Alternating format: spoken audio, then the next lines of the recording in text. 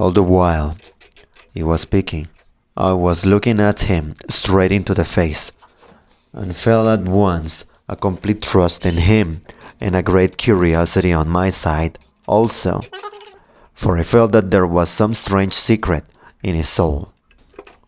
You ask what were my exact sensations at the moment when I asked my opponent's forgiveness. I answered, but I had better tell you from the beginning what I have not yet told anyone else. And I describe all that has passed between Afanasi and me, and how I have bowed down to the ground at his feet. From that you can see for yourself, I concluded, that at the time for the duel it was easier for me, for I had made a beginning already at home. And when once I had started on that road, to go further along, it was far from being difficult, but became a source of joy and happiness. I liked the way he looked at me as he listened. All that he said is exceedingly interesting. I will come to see you again and again. And from that time forth, he came to see me nearly every evening, and we should have become greater friends if only he had ever talked of himself. But about himself he scarcely ever said a word, yet continually asked me about myself. In spite of that, I became very fond of him and spoke with perfect frankness to him about all my feelings.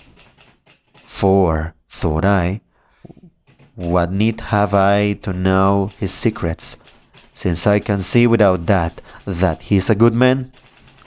Moreover, though he is such a serious man and my senior, he comes to see a youngster like me and treats me as his equal. And I learned a great deal that was profitable from him, for he was a man of lofty mind. That life is heaven, he said to me suddenly, that I have long been thinking about. And all at once he added, I think of nothing else indeed. He looked at me and smiled. I am more convinced of it than you are. I will tell you later why. I listened to him and thought that he evidently wanted to tell me something.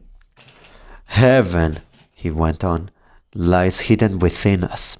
Here it lies hidden in me now. And if I will it, it will be revealed to me tomorrow and for all time. I looked at him. He was speaking with great emotion and gazing mysteriously at me, as if he were questioning me. And that we are all responsible to all for all, apart from our own sins. You were quite right in thinking that, and it is wonderful how you could comprehend it in all its significance at once. And, in very truth, so soon as men understand that, the kingdom of heaven will be for them not a dream, but a living reality. And when, I cried out to him bitterly, when will that come to pass? And will it ever come to pass? Is it not simply a dream of ours? What then? You don't believe it, he said. You preach it and don't believe it yourself. Believe me, this dream, as you call it, will come to pass without doubt. It will come, but not now, for every process has its another path psychologically, until you have become really, in actual fact, a brother to everyone. Brotherhood will not come to pass. No sort of scientific teaching, no kind of common interest will ever teach men to share property and privileges with equal consideration for all. Everyone will think his share too small, and they will be always envying, complaining and attacking one another. You ask when it will come to pass. It will come to pass, but first we have to go through the period of isolation. And what do you mean by isolation? I asked him. Why, the isolation that prevails everywhere, above all in our age. It has not fully developed.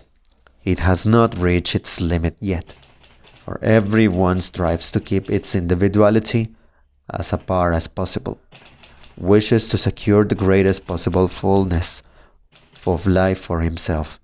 But meantime, all his efforts result not in attaining fullness of life, but self-destruction. For instead of self-realization, he ends by arriving at complete solitude. All mankind in our age have split up into units. They all keep apart, each in his own groove. Each one holds aloof, hides himself, and hides what he has from the rest. And he ends by being repelled by others and repelling them. He heaps up riches by himself and thinks, how strong I am now and how secure. And in his madness, he does not understand that the more he heaps up, the more he sinks into self-destructive impotence. For he is accustomed to rely upon himself alone and to cut himself off from the whole. He has trained himself not to believe in the help of others, in men and in humanity, and only trembles for fear he should lose his money and privileges that he has won for himself. Everywhere in these days, men have, in their mockery, ceased to understand that the true security is to be found in social solidarity rather than in isolated individual effort. But this terrible individualism must inevitably have an end, and all will suddenly understand how unnaturally they are separated from one another. It will be the spirit of the time, and people will marvel that they have sat so long in darkness without seeing the light. And then the sign of the Son of Man will be seen in the heavens. But until then, we must keep the banner flying. Sometimes, even if he has to do it alone, a man must set an example, and so draw men's souls out of their solitude and spur them to some act of brotherly love, that the great idea may not die. Our evenings, one after another, were spent in such stirring and fervent talk. I gave up society and visited my neighbors much less frequently. Besides, my vogue was somewhat over. I say this, not as blame, for they still loved me and treated me good-humoredly, but there is no denying that fashion is a great power in society. I began to regard my mysterious visitor with admiration, for besides enjoying his intelligence, I began to perceive that he was brooding over some plan in his heart, and was preparing himself perhaps for a great deed. Perhaps he liked my not showing curiosity about his secret, not seeking to discover it by direct question nor by insinuation. But I noticed at last that he seemed to show signs of wanting to tell me something. This had become quite evident, indeed, about a month after he first began to visit me. Do you know, he said to me once, that people are very inquisitive about us in the town, and wonder why I come to see you so often. But let them wonder, for soon all will be explained. Sometimes an extraordinary agitation would come over him, and almost always, on occasions, he would get up and go away. Sometimes he would fix a long, piercing look upon me, and I thought, he will say something directly now. But he would suddenly begin talking of something ordinary and familiar. He often complained of headache too. One day, quite unexpectedly indeed, after he had been talking with great fervor a long time, I saw him suddenly turn pale, and his face worked convulsively, while he stared persistently at me. "What's the matter?" said I. "Do you feel ill?" He had just been complaining of headache. Do you know? I murdered someone." He said this and smiled with a face as white as chalk. Why is it? Why is it he is smiling? The thought flashed through my mind before I realized anything else. I too turned pale. "What are you saying?" I cried. You see," he said with a pale smile. "You see," he said with a pale smile, "how much it has cost me to say the first word. Now I have said it. I feel I've taken the first step and shall go on." For a long time, while I could not believe him, and I did not believe him at that time, but only after he had been to see me 3 days running and told me all about it. I thought he was mad, but ended by being convinced, to my great grief and amazement. His crime was a great and terrible one. 14 years before, he had murdered the widow of a landowner, a wealthy and handsome young woman who had a house in our town. He fell passionately in love with her, declared his feeling and tried to persuade her to marry him. But she had already given her heart to another man, an officer of noble birth and high rank in the service, who was at that time away at the front, though she was expecting him soon to return. She refused his offer and begged him not to come and see her after he had ceased to visit her. He took advantage of his knowledge of the house to enter at night through the garden by the roof, at great risk of discovery. But, as often perhaps, a crime committed with extraordinary audacity is more successful than others.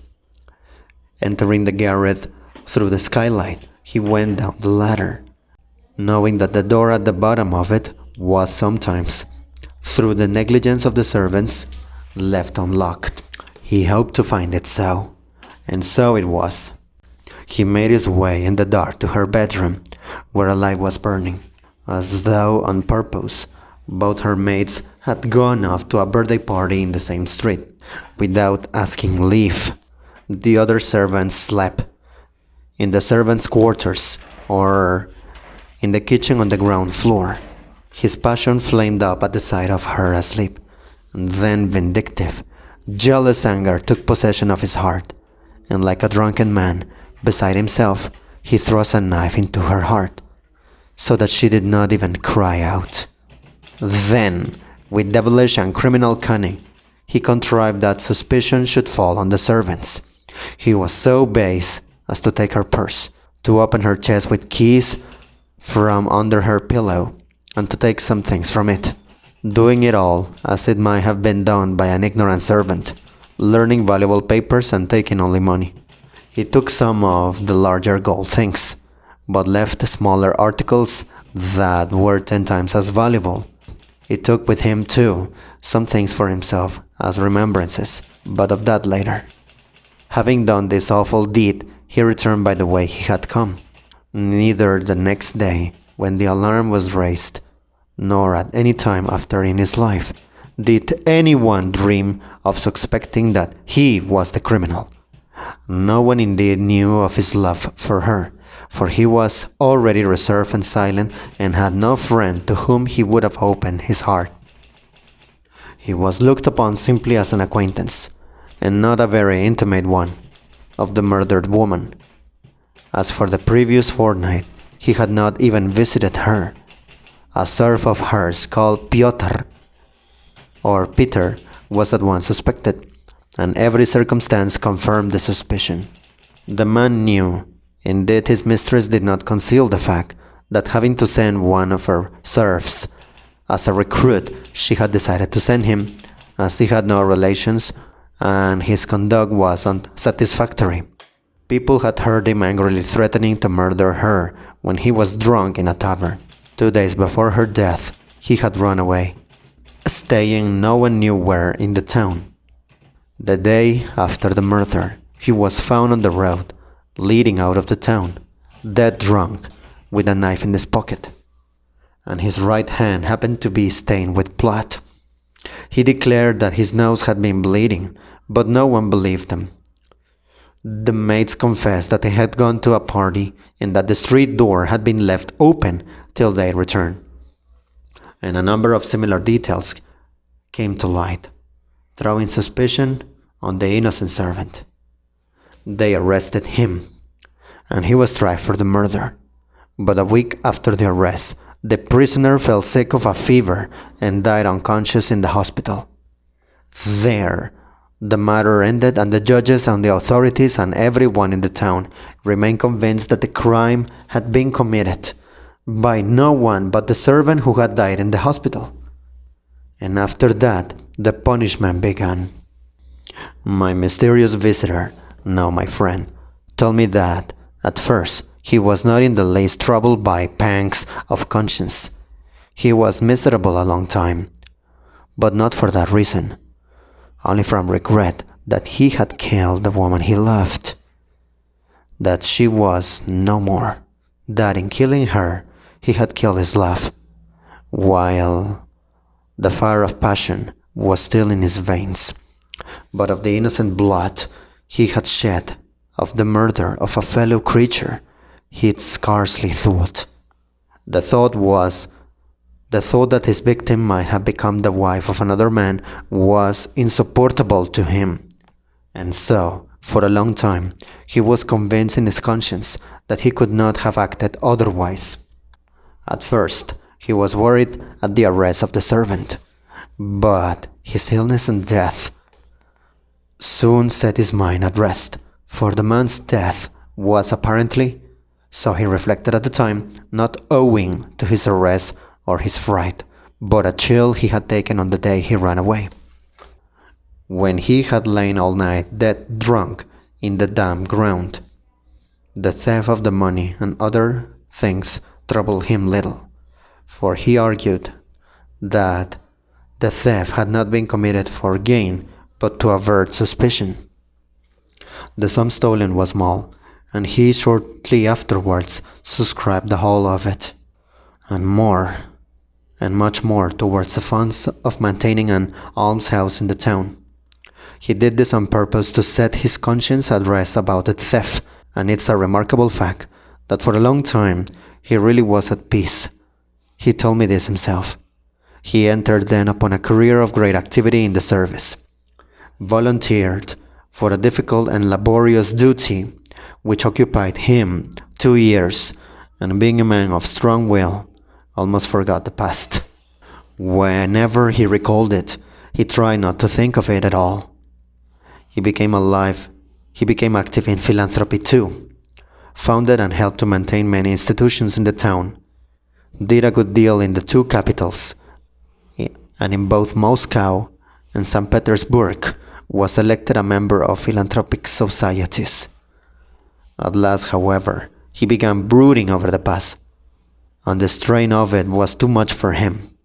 Then he was attracted by a fine and intelligent girl, and soon after married her, hoping that marriage would dispel his lonely depression, and that by entering on a new life and scrupulously doing his duty to his wife and children, he would escape from his old memories altogether.